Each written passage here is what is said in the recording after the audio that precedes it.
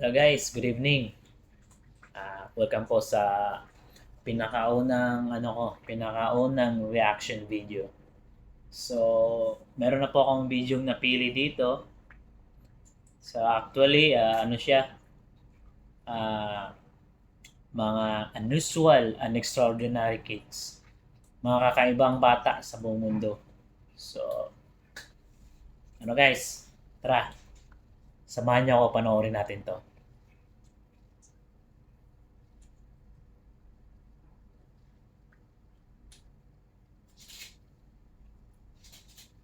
Kids are unusual, and that's a fact. There are even more special kids born with extraordinary conditions that make them stand out from everyone else. From the kid that can see in the dark to the young lady born without a nose, these children are fascinating and try to live a life that is not pulled down by their conditions. There's so much to learn from them even as we explore what makes them unique. And today's video is about checking out the most unusual kids in the world. We bet you want to stick around for number 1. But before we dive into the list, make sure to leave a like on this video. Also, if you'd like to join this month's 5-star giveaway of a brand new iPhone 13, then all you have to do is subscribe to our channel and watch this video until the end to find and comment the hidden message. Good luck! At number 10, Bayezid Hossein. Most times when you come across a kid, you would know immediately, but that's not the same feeling you would get when you see Bayezid Hossein. This little boy from Bangladesh, who is actually about 8 years old, looks nothing like that. Guys, ganun pala, no? May ganun palang klaseng bata. May ganito palang klaseng tao sa mundo, no? Bata pa, pero masyado na matanda ang katawan, tsaka yung itsura. Kawawa, kawawa. Due to a condition known as progeria disorder, Bayezid could easily be mistaken for an 80-year-old man thanks to this extremely rare genetic condition. However, that doesn't stop him from doing all the fun things that boys his age love. Actually, maraming tao na matured na bata pa sila tignan. Pero matured na yung mukha nila. Pero ito, bata pa talaga eh. No, 'di ba? Binubuhat pa nga ng nanay niya, no? Pero sabi nga parang 80 years old na. Parang 80 anyos na yung bata. Balik tayo. From playing soccer to even cuddling his grandpa. Bayezid ages way faster for his age, which causes him to have wrinkles and sagging skin. Now this shouldn't happen until he's well into his 80s. And despite how full of life he is, Bayezid does experience occasional pain. He also has problems with his kidneys and liver. Still, he is one amazing and strong-minded kid who doesn't allow his external experience to stop him from having and staying happy and having as much fun as possible. Ganun lang guys. Despite sa itsura niya, physical appearance niya. So, yun. Masaya naman siya. Ganun lang talaga. Kaya tayo, maging masaya tayo kung anong binigay sa atin ng Diyos, di ba? Sige, let's go sa pangalawa. Pangalawa tayo. At number 9, Charlotte Garside. When Charlotte Garside was born, the doctors gave her only about 2 years to live. And that was meant. Guys, grabe. Napakaliit. Napakaliit na bata to. Oh, yun, naglalakad na siya eh. Nakakatayo na. Pero, sobrang liit. Parang manika lang. May ganito palang Yun nga. Grabe, sobrang liit. To be the best case scenario. However, it looks like they were wrong after all, as the young girl has seen 6 years. So why hasn't she been given so long to live? Charlotte was only 25 centimeters. 25 centimeters. Grabe naman. And Pero ito 500 yung mama niya. grams when Laki she was naman ng mama born. niya. Saan ba And this na? was due to a rare condition known as primordial Mana yung dwarfism. bata. This means that she wasn't even as big as a rabbit, and you could pretty much think that she was only a few months Parang mas old. malaki pa yung rabbit She's sa also kanya. very fragile, which makes participating in regular activities extremely difficult. The good news is that Charlotte still has the strength for a smile now and then. At number 8, John Chris Carl Quirante. Since the beginning of time, we've always expected adult humans to have 32 teeth. But what happens when this doesn't go as planned? Meet John Chris Carl Quirante. Despite not being an adult yet, this Filipino child was born with a whopping... Guys, Pinoy. Pinoy. Nasama pa ni Star 5 sa niya, top 10. Bira lang, di ba? Pinoy. 300 teeth. Huh? Now this is all thanks to... Guys, 300 300 piraso yung ngipin niya.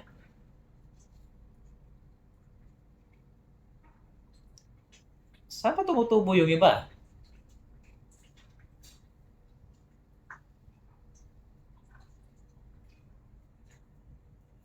a rare Tingnan nyo, condition yung that causes X-ray ng people to have ngipin niya. way more teeth than the Pati average dito sa person. ibabaw, As you can imagine, it's not pretty in sa there, ibabaw ng especially with the dila. pain Sa and the ibabaw ng discomfort. dila.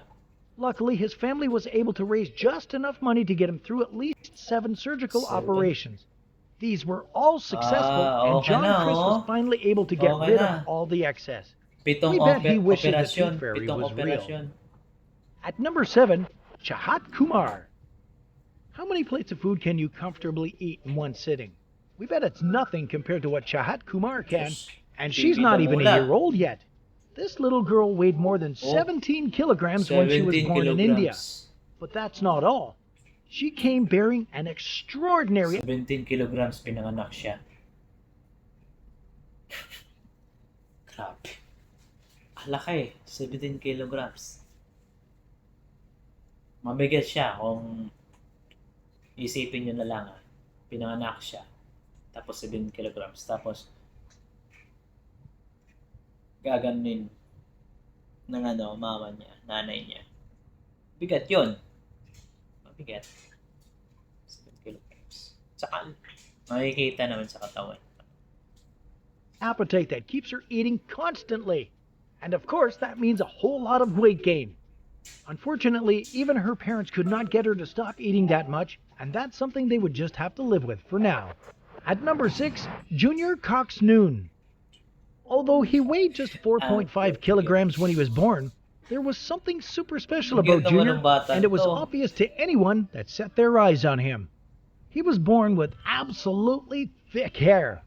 We've seen babies with a full head of hair, but this was so much that Junior got the nickname Little Bear. It didn't take long for the boy to become a local celebrity, especially as the hair didn't stop growing. While this is a genetic malfunction, we can't deny how cute he is. Even crazier is the fact that it grows straight up. We hope there's a baby grooming kit out there. At number 5, Muin Bachanet. How would you feel if you had the biggest eyelashes in the world? Well, this is a reality for Muin, who has the biggest eyelashes in Russia. Those babies are as long as 3.5 centimeters, which is quite a stretch. As you can imagine, it has been this way since he was born. The entire hospital recognized this kid with very long hair and eyelashes that could touch his cheeks. While the eyelashes do attract a lot of attention, understandably, Muin insists that they don't bother him. In fact, the... Grabe yung kilay niya, oh. Ako makapal na tong sa akin. Sa akin makapal na to. Pero, wala. Tinalo. Talo ako sa kapal ng kilay nito. Boy has huge ambitions of playing football with world-class teams. He already spends most of his day at Spartak, where he trains with the Moscow Academy. At number 4, Nong Yu Sui. Think about all those times you stumbled around in the dark and even stubbed your baby toe. Don't you wish you had night vision? That's the reality for Nong, who was born in Guangxi province in China with unique eyes. While most kids in the country had dark brown or black eyes, parang kay Gojo Satoru. Alam nyo yon. Ito, Gojo Satoru.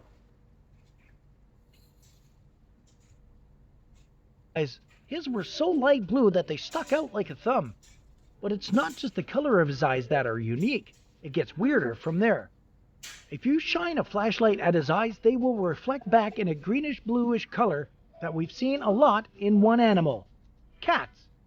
But as he grew older, Nong started to actually have Parang night Chinese, vision. ano ba to? Unfortunately, this brought some discomfort. He finds it difficult to spend a lot of time in bright sunlight as it's super painful. Nong, who became known as Catboy, even got into the Guinness World Records as the first person ever to be able to see in the dark. So guys, yung batang to, hindi lang pala kulay. Hindi lang iba yung kulay niya. Iba yung kulay ng mata niya. Kundi, nakakita siya sa dilim. Night vision. Grabe, grabe. Tsaka legit legit. Nasa Guinness. Guinness World of Record. So, tapos, ang laban. Legit. Pwede. Like we have our first superhero. At number 3, Luis Manuel Gonzalez. Here's another extraordinary baby on our list. This time it's Luis Manuel Gonzalez, who was born in Mexico and currently weighs more than even some adults. Doctors are trying to find That's right. out why This baby is a boy shocking from 60 Mexico pounds, is so and it's heavy. not because he stuffs his face with all that delicious Mexican food. Kalaki. It's a far cry from the normal Pero, 8 pounds he was born malaki with. din yung Instead, nanay niya. Luis was born with a mysterious genetic condition. Now, we say mysterious Sige because lang. his doctors still have a hard time figuring out what's wrong and if they can fix it. Still, you can imagine how uncomfortable it is for Luis, who can't walk or crawl due to his huge size. He does sit up a few times a week and visits the hospital constantly for tests. Apart from his huge size, another thing in Luis's life is huge is his internet fame. While Luis and his family are trying to come up with a solution to his massive weight, it's no surprise that he's famous online, with several media picking up the story. At number 2, Tessa Evans. Tessa Evans is one of 47 cases around the world of kids who were born without any nose. So how does she breathe? Actually, she does that just fine. But the downside of her incredibly rare condition is that she has Guys, walang ilong.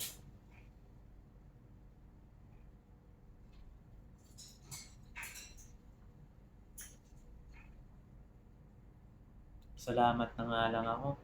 Kahit pango. At least may ilong.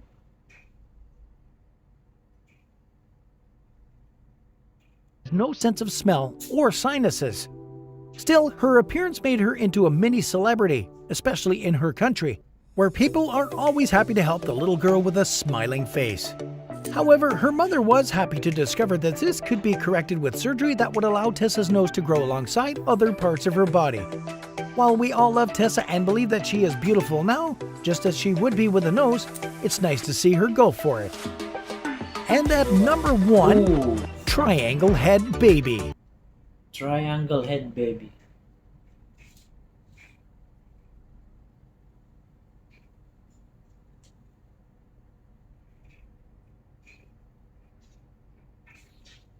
To, very interesting to. Eh, ganito.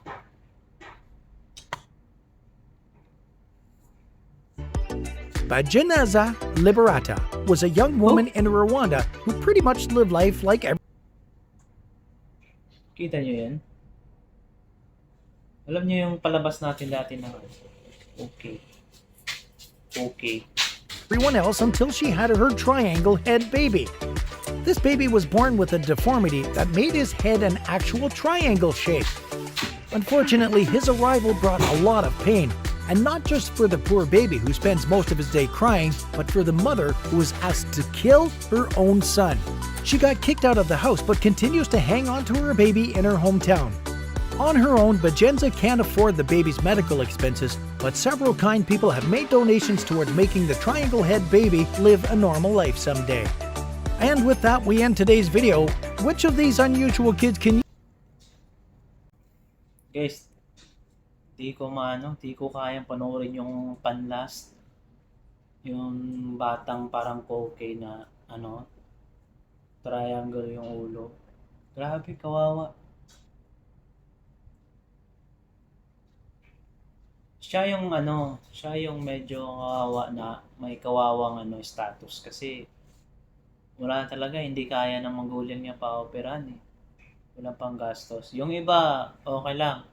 Yung sa ngipin, tapos na yun, na-operahan na. Sa ilong daw, nakita nyo naman medyo may konting no, tumubo. Pero not sure daw kung magiging ilong ba talaga na totoo yun. O baka buto lang. Buto lang. Ito yun guys, di ba? Ito yun. Nakita nyo yung mga kakaibang kakaibang mga bata sa buong mundo. Ngayon na-realize nyo din, di ba? Siyempre sa sarili nyo na-realize din nyo rin na may mga ganyan palang tao na mas malubha pa yung ah, nangyari sa kanila. So, di ba? Kawawa sila guys. Kung ikaw, kung yung iba walang kamay, o putol paa, o ganon. So, hindi ka nag-iisa. Hindi po sila nag-iisa. Hindi ka po nag-iisa. Marami pa po palang tao sa mundo na mas may malubhang karamdaman kaysa sa'yo. Mas kawawa. Kailangan ng malaking gastos, operasyon. Yung iba, di na talaga kaya. So, lesson for today is accept mo kung ano ang binigay ng Diyos sa iyo. Huwag mong sisihin ang sarili mo. Huwag kang malungkot, huwag kang ma-depress. Tignan mo lang, look forward ka lang sa sarili mo. Huwag kang ma-down. Isipin mo lang ang parang normal lang sa'yo. Isipin mo lang na alam kong hindi ako nag-iisa. Alam kong hindi lang ako ang nag-iisang ganito sa buong mundo. Marami pa talagang tao sa mundo na mas nahihirapan pa kaysa sa'yo. Kaya huwag mong isipin na ikaw lang nag-iisang kawawa at ganyan ang kalagayan. Maging masaya ka tulad ng mga batang to. Maging masaya sila kahit ganun ang kanilang kalagayan sa buhay. So, wala pong bayad ang maging masaya. Well, in fact, nakakatulong po to para ma-encourage po natin ang sarili natin na kahit nahihirapan tayo, kaya natin. So, hanggang dito na lang po. Hanggang sa susunod po na reaction video. So, kung meron po kayong video na gustong ipareact, comment nyo na lang sa baba or paki-paste na lang ng link at tingnan natin, panoorin natin. Salamat po. At sa susunod po, kita-kits sa susunod na video. Bye!